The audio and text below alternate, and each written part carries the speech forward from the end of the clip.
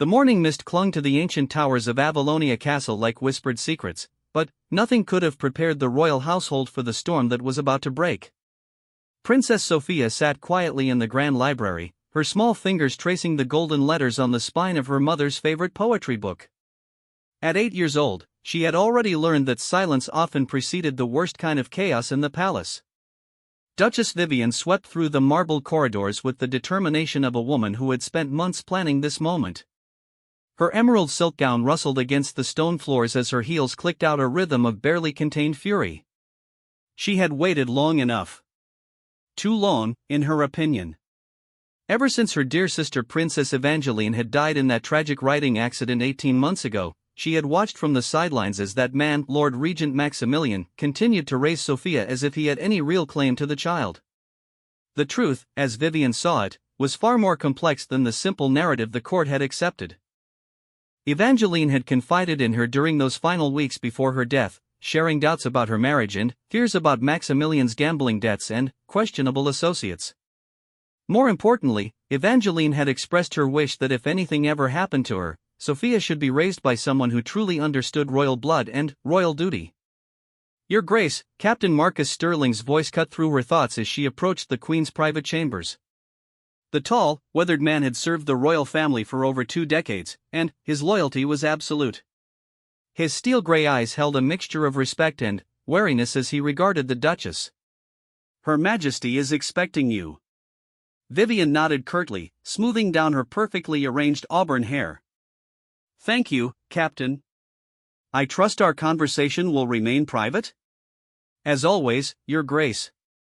Marcus stepped aside, but his hand instinctively moved toward the communication device clipped to his belt. Something in the Duchess's demeanor set his nerves on edge, though he couldn't quite identify what. Inside the opulent chamber, Queen Cordelia stood with her back to the door, gazing out at the sprawling gardens where her granddaughter often played. At 62, the Queen maintained an aura of strength and dignity, though the loss of her daughter had aged her considerably. Her silver hair was arranged in an elegant chignon, and she wore a simple navy dress that somehow managed to convey both mourning and authority. "Vivian," the Queen said without turning around. "I assume this visit concerns Sophia." "Indeed it does, Your Majesty." Vivian moved closer, her voice taking on the tone she reserved for her most serious conversations. "I've come to discuss what's best for the child's future." Queen Cordelia finally turned, her blue eyes, so similar to her late daughter's, studying Vivian's face carefully. "Sophia has a father who loves her deeply. She has stability, education, and all the advantages her birth affords her. What more could she need?" "A proper royal upbringing," Vivian replied without hesitation. "Maximilian, while I'm sure he means well, is not equipped to prepare Sophia for the responsibilities that await her. She is 5th in line to the throne, Your Majesty. She needs guidance from someone who understands the weight of that position." The Queen's expression hardened almost imperceptibly. "Are you suggesting that I have been negligent in my granddaughter's education?" "Of course not, Your Majesty."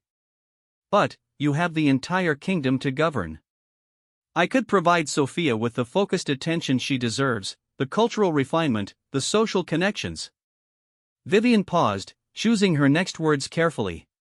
"And I could ensure she understands her true heritage, not just the diluted version she might receive from someone who, frankly, married into this family rather than being born to it."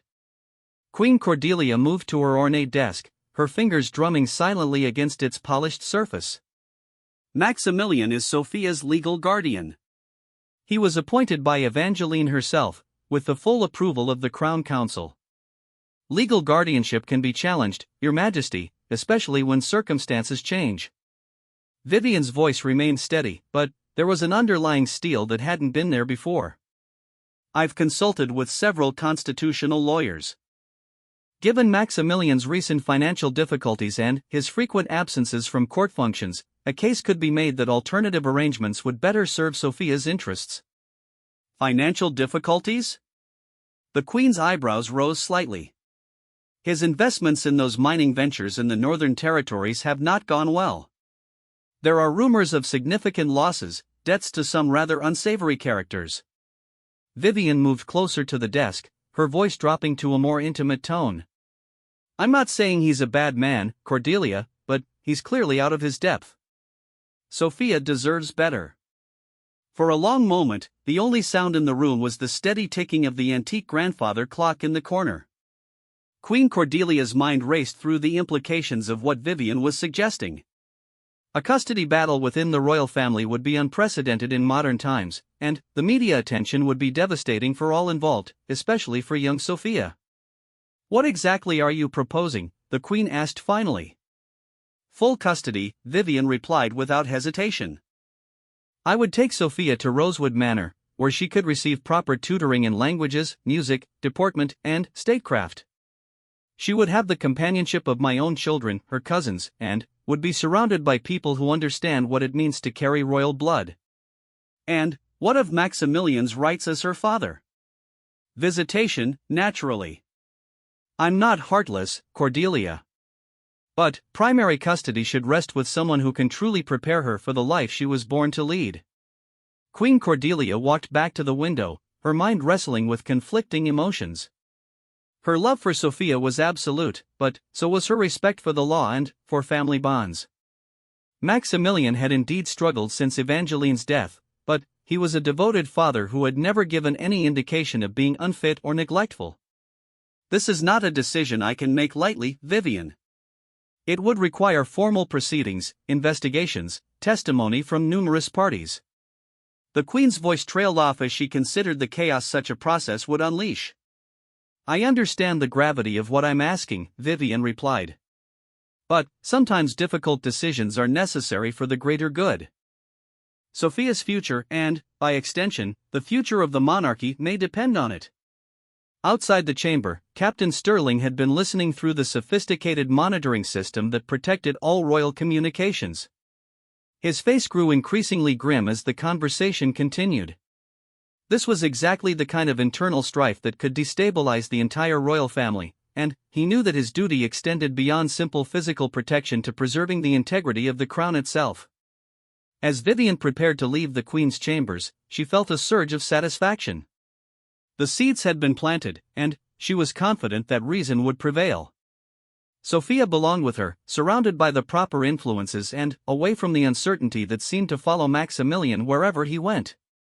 But, as she walked through the corridors toward the main entrance, she failed to notice the small figure pressed against the shadows near the library door. Princess Sophia had heard every word through the partially open door of her grandmother's chambers, and tears streamed down her young face as she finally understood what all the hushed conversations and worried glances had been about. The little princess clutched her mother's poetry book to her chest and made a decision that would change everything.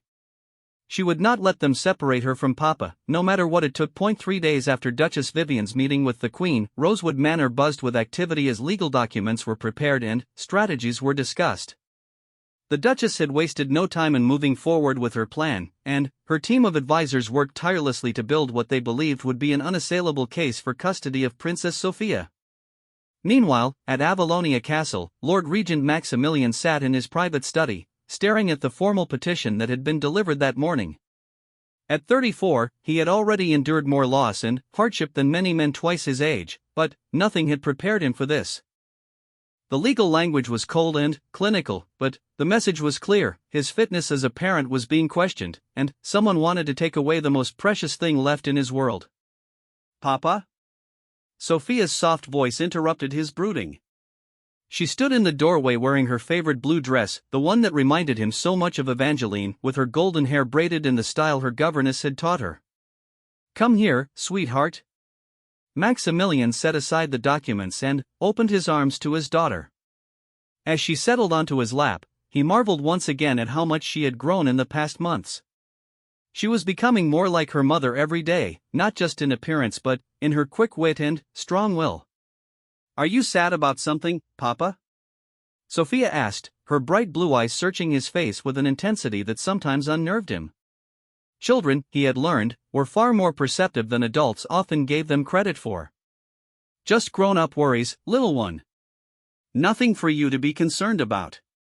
He smoothed her hair gently, trying to push away the anxiety that had been building since he received the petition. "Is it about Aunt Vivian wanting me to come live with her?" Maximilian's blood ran cold. What do you know about that? I heard her talking to grandmother. She said you weren't good enough to take care of me because you're not really royal. Sophia's voice was matter-of-fact, but Maximilian could see the confusion and hurt in her eyes. He took a deep breath, choosing his words carefully. Sophia, your Aunt Vivian loves you very much, and she thinks she knows what's best for you. But no one loves you more than I do, and no one knows you better than I do. You are my daughter in every way that matters, and nothing will ever change that. But what if the grown-ups decide she's right? Sophia's voice was barely above a whisper. Then, we'll fight it together, Maximilian said firmly. Because families stick together, no matter what. Across the castle, Captain Marcus Sterling was conducting his own investigation into the situation. His loyalty to the crown required him to remain neutral, but his personal observations over the past 18 months had given him insights that others might lack. He had watched Maximilian struggle through grief and financial hardship, but he had also seen the man's unwavering dedication to his daughter's well-being. Marcus made his way to the servants' quarters, where he knew he would find some of the castle's most reliable sources of information. The staff had witnessed every private moment of the royal family's life, and their perspectives often proved more valuable than official reports. Mrs. Henderson, he greeted the head housekeeper, a sturdy woman in her 50s who had worked at the castle for over 20 years. Might I have a word? Of course, Captain. I assume this is about the custody matter? Her expression was grave. I'm gathering information to ensure the princess's best interests are served, Marcus replied diplomatically. What can you tell me about Lord Maximilian's care of Princess Sophia? Mrs. Henderson's face softened. That man adores that child, Captain. I've never seen a father more devoted. Even when he's dealing with his business troubles, he never misses her bedtime story or her morning lessons. He knows every one of her fears, every one of her dreams. And the Duchess's claims about his financial situation? Well, it's true he's had some difficulties with those mining investments, but he's never let it affect Sophia's care. If anything, he's worked twice as hard to ensure she has everything she needs. Mrs. Henderson paused, then added quietly, and I'll tell you something else, Captain. The princess has never been happier or more secure than she is with her father. Taking her away from him would break both their hearts. Marcus nodded thoughtfully. Similar conversations with other staff members had yielded the same picture, a devoted father facing external challenges but never compromising on his daughter's well-being. Later that evening, as Marcus completed his rounds, he encountered an unexpected sight. Princess Sophia sat on the steps leading to the castle's ancient chapel, her small frame silhouetted against the moonlight streaming through the stained glass windows. Princess, he said gently, approaching slowly so as not to startle her. It's rather late for you to be out here alone. I come here sometimes to talk to Mama, Sophia replied without looking up. Do you think she can hear me? Marcus sat down beside her, his usually formal demeanor softening. I think mothers have a way of watching over their children, no matter where they are. I asked her what I should do, Sophia continued. About Aunt Vivian and everything. I think she wants me to stay with Papa, but I don't know how to make the grown-ups listen. Sometimes the most important conversations happen between children and adults, not just between adults, Marcus said carefully. Your voice matters too, Princess.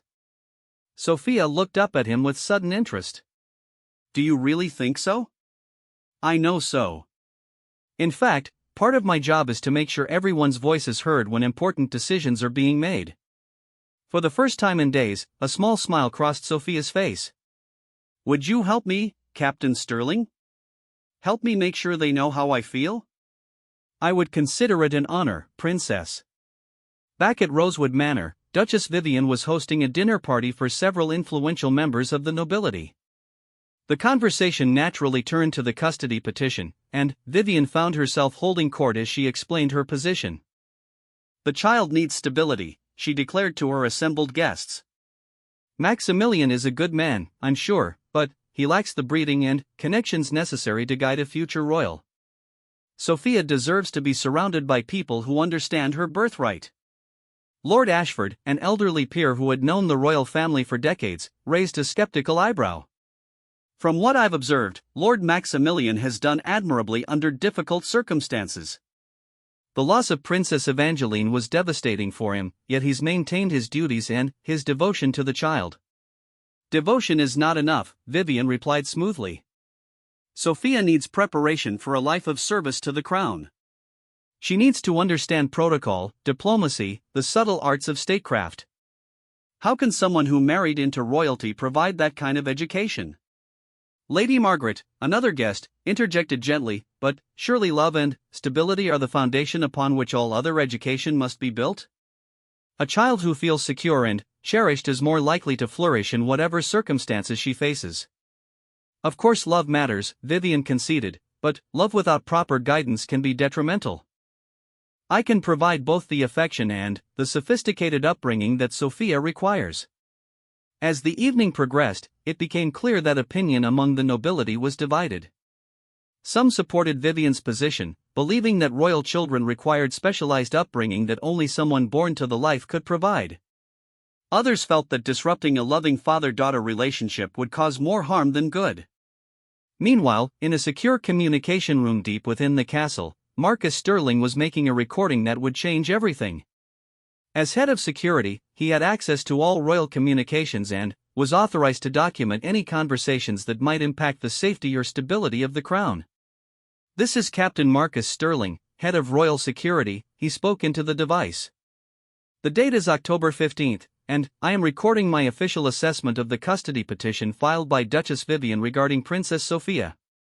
He paused, gathering his thoughts, then continued with the measured tone of someone who understood the gravity of his words.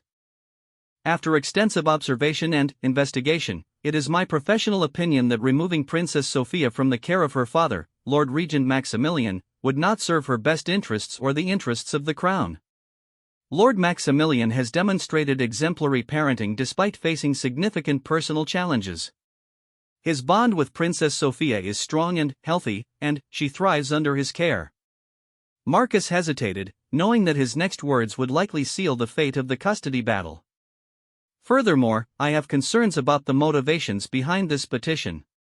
While Duchess Vivian claims to act in Princess Sophia's best interests, her statements suggest a focus on social status and royal protocol rather than the child's emotional well-being. The princess has explicitly expressed her desire to remain with her father, and forcing her into an unwanted living situation could cause significant psychological harm." As he concluded the recording, Marcus knew that he had crossed a line from which there would be no return. His testimony would likely infuriate Duchess Vivian and potentially create enemies within the royal circle, but his duty was clear: protect the crown and its members, even from threats that came from within the family itself. The stage was set for a confrontation that would shake the very foundations of the royal family, and at the center of it all was an 8-year-old girl who simply wanted to stay with the father she loved. The summons came on a crisp autumn morning, delivered by a palace courier to Duchess Vivian's breakfast table. Queen Cordelia requested her immediate presence at Avalonia Castle for what the formal language described as a private consultation regarding matters of family importance. Vivian recognized the diplomatic phrasing for what it was: a command performance where the Queen would render her decision on the custody petition. As her carriage rolled through the castle gates, Vivian felt a mixture of confidence and apprehension. She had built what she believed was a compelling case, supported by character references from respected nobles and detailed plans for Sophia's education and upbringing. Surely, any rational examination of the facts would support her position. Inside the castle, preparations for the meeting had taken on an almost ceremonial quality. Queen Cordelia had chosen the Blue Salon for the gathering, a formal reception room that had witnessed countless important family decisions over the centuries. The room's elegant furnishings and portrait-lined walls seemed to whisper of tradition and continuity, exactly the atmosphere the Queen wanted to establish. Lord Regent Maximilian arrived 30 minutes before the scheduled meeting, accompanied by his legal counsel and looking considerably more composed than he had felt in weeks. The formal petition process had been grueling, requiring him to document every aspect of his parenting and to subject his personal life to scrutiny that felt invasive and humiliating. But, through it all, one thought had sustained him: he was fighting for his daughter, and no sacrifice was too great for her well-being. Your Majesty, he said, bowing formally as he entered the salon. Maximilian. Queen Cordelia's greeting was warm but measured. She gestured for him to take a seat in one of the blue silk armchairs arranged in a semicircle facing her own chair. How is Sophia handling all of this? She's resilient, like her mother, Maximilian replied. But she's also frightened and confused. This entire process has been difficult for her to understand. Children often understand more than we give them credit for, the Queen observed. Sometimes their perspectives are clearer than our own. Before Maximilian could respond, the salon doors opened again to admit Duchess Vivian, resplendent in a burgundy suit that perfectly complemented her auburn hair. She moved with the practiced grace of someone accustomed to formal occasions, but Maximilian detected a subtle tension in her demeanor that suggested she wasn't as confident as she appeared. Your Majesty, Vivian curtsied elegantly before taking her designated seat. Vivian. Thank you both for coming. Queen Cordelia's voice carried the weight of centuries of royal authority. Before we proceed, I want you both to understand that this decision has not been made lightly. I have consulted with legal experts, child psychologists, and various members of our household staff. Most importantly, I have spoken at length with Sophia herself. Vivian's eyes flashed with surprise. With all due respect, Your Majesty, an 8-year-old child cannot possibly understand the complexities of this situation or make rational decisions about her own future. Perhaps not, the Queen replied evenly, but she can certainly express her feelings and desires, which are crucial factors in any custody determination. She paused, allowing the weight of her words to settle. However, before I render my decision, there is something both of you need to hear. Queen Cordelia nodded toward the salon's secondary door, and Captain Marcus Sterling entered, carrying a small recording device. His expression was professionally neutral, but Maximilian thought he detected a hint of satisfaction in the man's steel-gray eyes. Captain Sterling has prepared an official security assessment of this situation, which includes recorded testimony from various parties, the Queen announced. Given the sensitive nature of family matters, all royal communications are subject to security monitoring when they pertain to the safety and stability of the crown. Vivian's face went pale. Surely Your Majesty doesn't mean to suggest that private family conversations have been recorded without consent? Royal security protocols are quite comprehensive, Your Grace, Marcus replied smoothly. All communications that occur within royal properties and that concern the welfare of royal family members are subject to documentation when deemed necessary for protective purposes. The Queen gestured for Marcus to proceed. Please play the relevant sections of your assessment, Captain. Marcus activated the device, and his own voice filled the room with professional authority. After extensive observation and investigation, it is my professional opinion that removing Princess Sophia from the care of her father, Lord Regent Maximilian, would not serve her best interests or the interests of the crown. Vivian's hands clenched in her lap as Marcus's recorded voice continued. Furthermore, I have concerns about the motivations behind this petition. While Duchess Vivian claims to act in Princess Sophia's best interests, her statements suggest a focus on social status and royal protocol rather than the child's emotional well-being. This is outrageous, Vivian interjected, rising from her chair. A security guard cannot possibly be qualified to make determinations about child welfare or family dynamics. Captain Sterling is head of royal security with over 20 years of experience protecting this family, Queen Cordelia replied firmly. His observations carry considerable weight in my deliberations. She nodded for Marcus to continue the recording. The princess has explicitly expressed her desire to remain with her father, Marcus's voice continued, and forcing her into an unwanted living situation could cause significant psychological harm. But it was the next section of the recording that truly stunned the room. Marcus had captured a conversation between Vivian and one of her advisors that had taken place in what she thought was the privacy of her carriage during a visit to the castle. The girl is too attached to him, Vivian's recorded voice declared. It will take time to break those bonds and help her understand where her true loyalty should lie. Children are adaptable, and, with proper guidance, she'll forget this phase of her life soon enough. The silence in the salon was deafening. Maximilian stared at Vivian in shock, unable to believe that someone could speak so callously about deliberately severing a child's emotional bonds with her father. Even Queen Cordelia, who had heard the recording previously, appeared visibly disturbed by hearing it again. That conversation was taken completely out of context," Vivian stammered, her composure finally cracking. "I never meant to imply that I would deliberately harm Sophia's emotional well-being. I was simply discussing the natural adjustment period that any child experiences when transitioning to a new living situation." "Your exact words were that you intended to break those bonds," Marcus stated matter-of-factly. "In my professional assessment, such language suggests an approach that would be psychologically damaging to the child."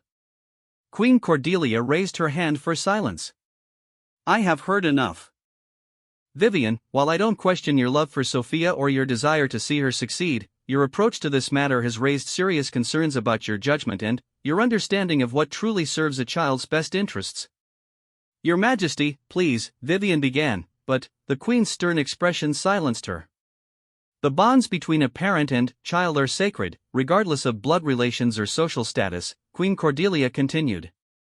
"Maximilian has proven himself to be a devoted and capable father. His challenges with business investments are temporary setbacks, not reflections of his character or his parenting ability." Vivian made one final desperate attempt. "But Sophia's royal education, her preparation for her future duties, will continue under the guidance of her current tutors and, with my direct oversight," the Queen replied firmly. "Maximilian has never prevented Sophia from fulfilling her royal obligations or receiving appropriate education. Your petition suggests solutions to problems that simply do not exist." The Queen stood, signaling that the formal portion of the meeting was concluded. "My decision is final. Princess Sophia will remain in the custody of her father, Lord Regent Maximilian. Furthermore, Vivian, I strongly advise you to reconsider your approach to family relationships. Your desire to control often blinds you to the value of love and stability." As Vivian gathered her composure and prepared to leave, she felt the sting of public humiliation mixed with genuine bewilderment. In her mind, she had been fighting for Sophia's best interests, trying to ensure the girl received the upbringing befitting her royal status.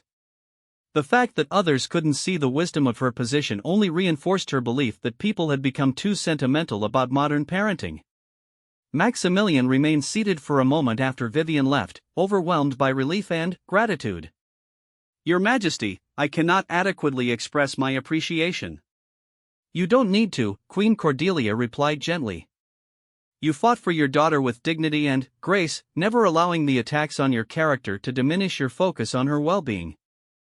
That tells me everything I need to know about your fitness as a father." As the meeting concluded and the participants dispersed, Captain Marcus Sterling felt a quiet satisfaction in knowing that his duty had been fulfilled. The recorded evidence had spoken for itself, revealing motivations and attitudes that might otherwise have remained hidden. Sometimes, he reflected, the most important battles were fought not with weapons, but with truth. The custody crisis was over, but its effects would ripple through the royal family for years to come. Trust had been broken, relationships strained, and uncomfortable truths revealed. Yet at the center of it all, an 8-year-old girl would continue to grow up in the loving care of the father who had never stopped fighting for her, and that made every difficult moment worthwhile. The aftermath of the custody hearing settled over Avalonia Castle like dust after a storm, bringing with it an uneasy peace that everyone knew was temporary. Princess Sophia had been told of the Queen's decision in age-appropriate terms, but her 8-year-old mind struggled to process the adult complexities that had swirled around her for weeks. What mattered most to her was the relief in her father's eyes and the return of normalcy to their daily routines. 3 weeks after the hearing, life at the castle had begun to find its rhythm again. Maximilian threw himself into rebuilding his financial stability while never compromising the time he spent with Sophia. His morning lessons with her continued, their evening walks through the castle gardens resumed, and bedtime stories once again became sacred moments of connection rather than precious time stolen between legal consultations. "Papa, why did Aunt Vivian want me to live with her?" Sophia asked one evening as they sat together in the library. She had been unusually quiet during their walk, and Maximilian sensed she had been working up courage to ask the question that had been troubling her. Maximilian closed the book they had been reading and considered his response carefully. "Your aunt loves you very much, sweetheart. She thought she could give you opportunities that I might not be able to provide. But I don't want opportunities if they mean leaving you, Sophia replied with the stark honesty that children possess. Is she angry that I didn't want to live with her? Adults sometimes have complicated feelings when they think they know what's best for someone they love, Maximilian explained. Aunt Vivian is disappointed, but that doesn't mean she loves you any less. This conversation, like many others during those weeks, was overheard by Captain Marcus Sterling during his routine security sweeps. His recording equipment had been officially deactivated following the resolution of the custody matter, but his observational duties continued. What he witnessed was a father and daughter rebuilding their sense of security together, processing trauma through honest communication and mutual support. Meanwhile, Duchess Vivian had retreated to Rosewood Manor, where she alternated between fury and bewilderment. The recorded conversation that had sealed her fate continued to haunt her, not because she regretted her words, but because she genuinely couldn't understand why others found them so objectionable. In her worldview, royal children required discipline and structure that might sometimes conflict with their immediate emotional desires, but would ultimately serve their greater good. Your Grace, her personal secretary, Mr. Thornfield, entered her study with obvious reluctance. The Queen has sent another invitation for you to join the family for Princess Sophia's 9th birthday celebration next month. Vivian looked up from the correspondence she had been reviewing. The third such invitation, I believe? Yes, Your Grace. Her Majesty seems quite insistent that family unity be restored, at least publicly. Vivian set down her pen and walked to the window overlooking her perfectly manicured gardens. Everything at Rosewood Manor was controlled, organized, aesthetically pleasing. It was exactly the kind of environment she had envisioned providing for Sophia: refined, predictable, educational. The chaos of emotions and the unpredictability of genuine family relationships had no place in such a setting. Schedule a meeting with the Queen for next week, she said finally. If she wants family unity, we need to discuss what that actually means. Back at Avalonia Castle, Queen Cordelia was having her own difficult conversations. The custody battle had exposed fractures in the royal family that she knew would require careful attention to heal. Her weekly meeting with Marcus Sterling had become an important source of insight into the emotional climate of the household. "How are they adjusting, Captain?" she asked as they sat in her private office.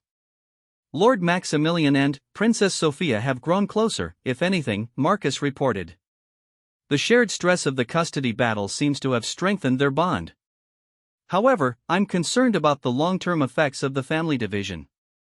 You mean Vivian's continued resentment? Partly, yes. But also Princess Sophia's awareness that her place in this family is not as secure as she once believed. Children her age are developing their sense of identity and belonging, and having that questioned by trusted adults can have lasting effects. Queen Cordelia nodded thoughtfully. "I've arranged for her to begin sessions with Dr. Elizabeth Camden, the child psychologist who advised us during the custody proceedings.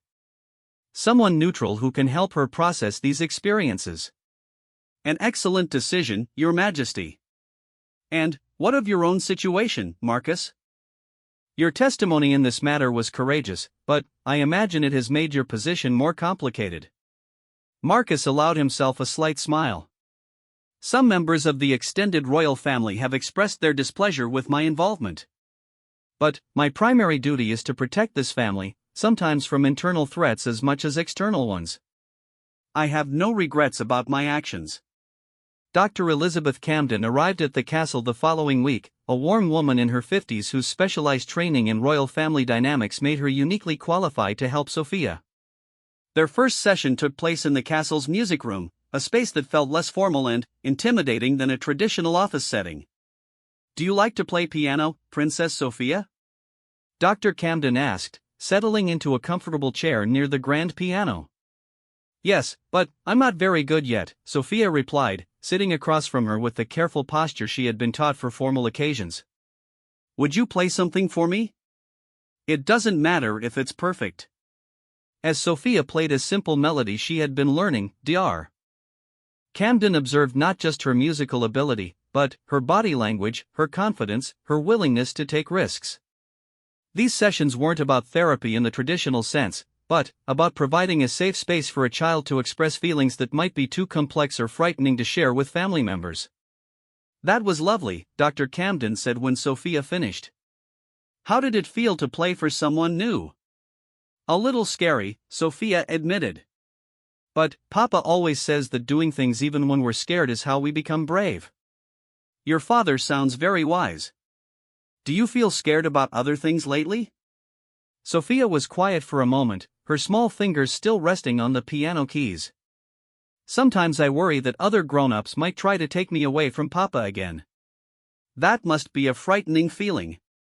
What helps you feel safe when you have those worries? Talking to Papa.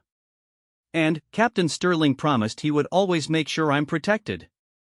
And Grandmother told me that queens have to make hard decisions sometimes, but they always try to do what's right. Dr.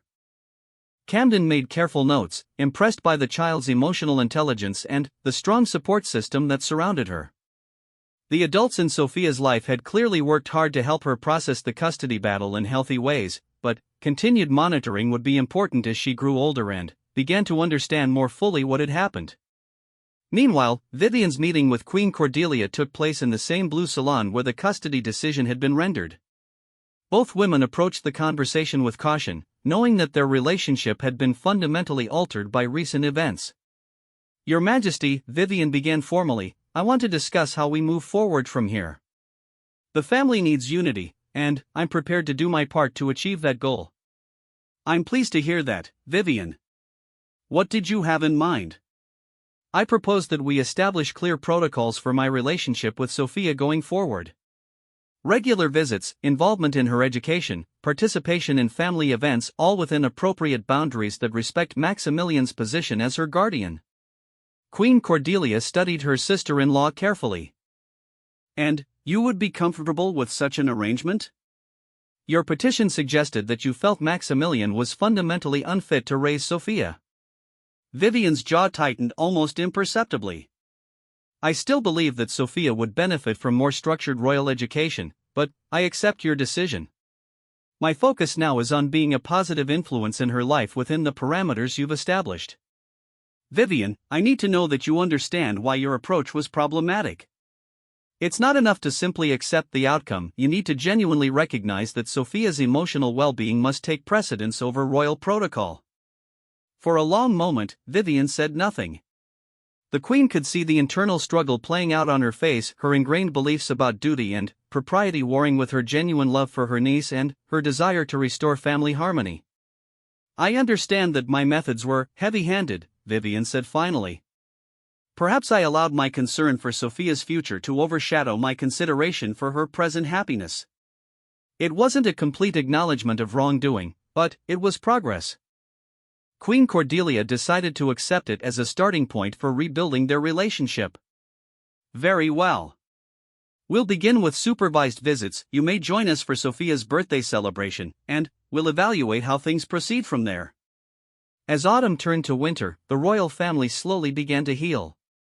Sophia's 9th birthday party was a modest success, with Vivian managing to be pleasant and appropriate in her interactions with both Maximilian and Sophia. The child remained somewhat wary of her aunt, but showed no signs of fear or resentment. Captain Marcus Sterling continued his vigilant observation, noting the gradual return to normalcy while remaining alert for any signs that old tensions might resurface. His recorded testimony had been sealed in the royal archives, but he knew that his role in the custody battle had permanently altered his position within the family power structure. Some trusted him more deeply than ever, while others viewed him with suspicion. It was a burden he carried willingly, knowing that his primary duty remained unchanged, protecting the royal family from all threats, internal and external alike. The crisis had passed, but its lessons would shape the family dynamics for years to come. Trust, once broken, required constant tending to heal, and the delicate balance between royal duty and family love would continue to challenge them all. 1 year later, the transformation in the royal family's dynamics had become evident to everyone who knew them well. Princess Sophia, now 9, carried herself with a confidence that seemed to have deepened rather than diminished through her ordeal. The custody battle, while traumatic, had ultimately strengthened her relationship with her father and given her a clearer understanding of her own voice and its importance. The spring morning sun streamed through the tall windows of the castle's morning room as the family gathered for what had become a weekly tradition, Sunday breakfast together. Queen Cordelia presided over the elegant table, while Maximilian helped Sophia with her napkin and reminded her to sit up straight. Even Duchess Vivian had been included in these gatherings, though her participation remained somewhat formal and careful. "Grandmother," Sophia said, her voice carrying the careful politeness she had been taught, "may I ask you something about being a queen?" "Of course, darling. What would you like to know? When you have to make decisions that make people unhappy, how do you know you're doing the right thing?" The question caused a moment of silence around the table. It was clear that Sophia was still processing the events of the previous year, trying to understand the adult world through her young perspective. Queen Cordelia set down her teacup and gave Sophia her full attention. "That's a very wise question, and it's one that every leader must grapple with throughout their life. The key is to remember that doing what's right and doing what makes people happy are sometimes two different things." "But how do you know what's right?" "You listen to all the voices involved, especially those who might not speak the loudest. You consider not just what seems good in the moment, but what will serve everyone's well-being in the long term. And, sometimes," the Queen glanced meaningfully at Vivian, "you have to be willing to admit when you've made a mistake and change course." Maximilian watched this exchange with pride and some amazement. His daughter's emotional intelligence continued to astound him, and he could see glimpses of the leader she might become someday, thoughtful, compassionate, but also strong enough to ask difficult questions. Across the table, Vivian struggled with her own complex emotions. The past year had been humbling in ways she had never expected. Watching Sophia thrive under Maximilian's care had forced her to confront uncomfortable truths about her own motivations and methods. The child was indeed receiving excellent royal education, but, more importantly, she was growing up feeling secure and loved. "Princess Sophia," Vivian said carefully, "if I may add something to what your grandmother said?" Sophia looked at her aunt with polite attention, though still maintaining a slight emotional distance. "Sometimes adults think they know what's best for children without really listening to what the children themselves need. I learned this year that being right about protocol and traditions doesn't matter much if you're wrong about what makes a person happy and healthy." It was the closest thing to an apology that Vivian had offered, and, while it didn't erase the pain of the custody battle, it represented genuine growth on her part. After breakfast, Captain Marcus Sterling requested a private meeting with Queen Cordelia. Over the past year, his role had evolved beyond security into something approaching a family counselor, and his insights had become invaluable to the Queen's decision-making process. "Your Majesty, I wanted to update you on my observations regarding the family's adjustment," Marcus began as they settled in the Queen's private study. "Please, speak freely. Lord Maximilian and Princess Sophia have not just recovered from the custody battle, they've grown stronger because of it. Their communication has improved, and Sophia shows remarkable resilience and emotional maturity for her age." "And Vivian?" Marcus chose his words carefully. "Duchess Vivian is making genuine efforts to rebuild relationships, but I sense she's still struggling to fully understand why her original approach was problematic. She's modified her behavior more than her fundamental beliefs." "That's honest assessment, Marcus. What's your recommendation?" "Continued supervised interaction, with clear boundaries. Duchess Vivian does love Princess Sophia genuinely, and that relationship can be valuable to the child as long as it remains healthy. But vigilance is still necessary." Queen Cordelia nodded. "I've been thinking about succession planning and how this experience should inform our approach to preparing Sophia for her potential future role." "In what sense, Your Majesty?" "The custody battle taught us that royal duty and family love don't have to be opposing forces. If anything, Sophia will be a better leader because she's learned early that strength comes from emotional security, not from rigid adherence to tradition." This conversation was interrupted by a soft knock on the door. Princess Sophia entered, carrying a small wrapped package. "Grandmother, I made something for you," she said, approaching the Queen's chair with careful steps. Queen Cordelia unwrapped the gift to reveal a small watercolor painting depicting the castle gardens in spring, with figures representing the family walking together among the flowers. "It's beautiful, darling. Tell me about it." It's all of us after we learned how to be a family again, Sophia explained. Papa taught me that families sometimes have arguments, but the important thing is learning how to forgive each other and stay together. Marcus Sterling watched this exchange and felt a deep satisfaction in knowing that his testimony a year ago had helped preserve something precious, not just a father-daughter relationship, but a child's faith in the power of truth and love to overcome conflict. Later that afternoon, Maximilian found himself in the castle's financial office, reviewing investment reports with his advisor. The mining ventures that had caused such concern during the custody battle had eventually proven profitable, though the stress of that period had taught him valuable lessons about risk management and the importance of maintaining financial stability for his daughter's security. "Your Lordship," his advisor said, looking up from a stack of documents, "the Northern Territory investments have exceeded all projections. Your financial position is now stronger than it was before the difficulties began." "I'm pleased to hear that," Maximilian replied, "but I hope you understand that financial success will never again take priority over my responsibilities as a father." "Of course, Your Lordship. If I may say so, watching you navigate the challenges of this past year has been instructive. Your priorities never wavered, even under extreme pressure." As evening approached, the family gathered again for dinner, followed by what had become another tradition, a walk through the castle grounds where Sophia could run and play while the adults talked. During one such walk, Vivian approached Maximilian directly, something she had rarely done since the custody hearing. "Maximilian," she began hesitantly, "I owe you an apology that I should have offered long ago." He stopped walking and turned to face her, surprised by the directness of her approach.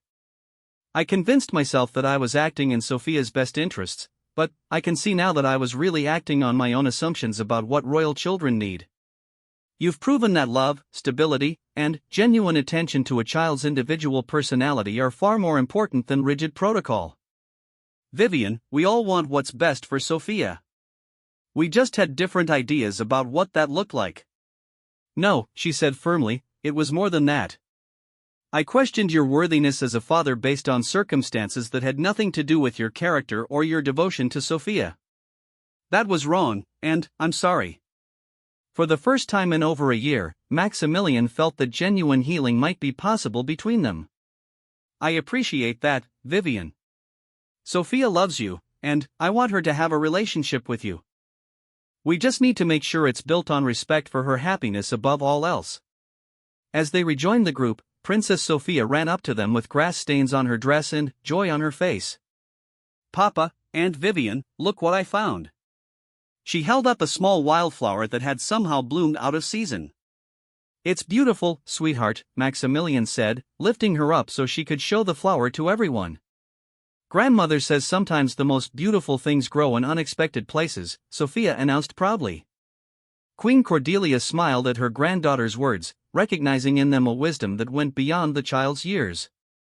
The custody battle had indeed been painful and divisive, but it had also revealed truths about their family that might have remained hidden otherwise.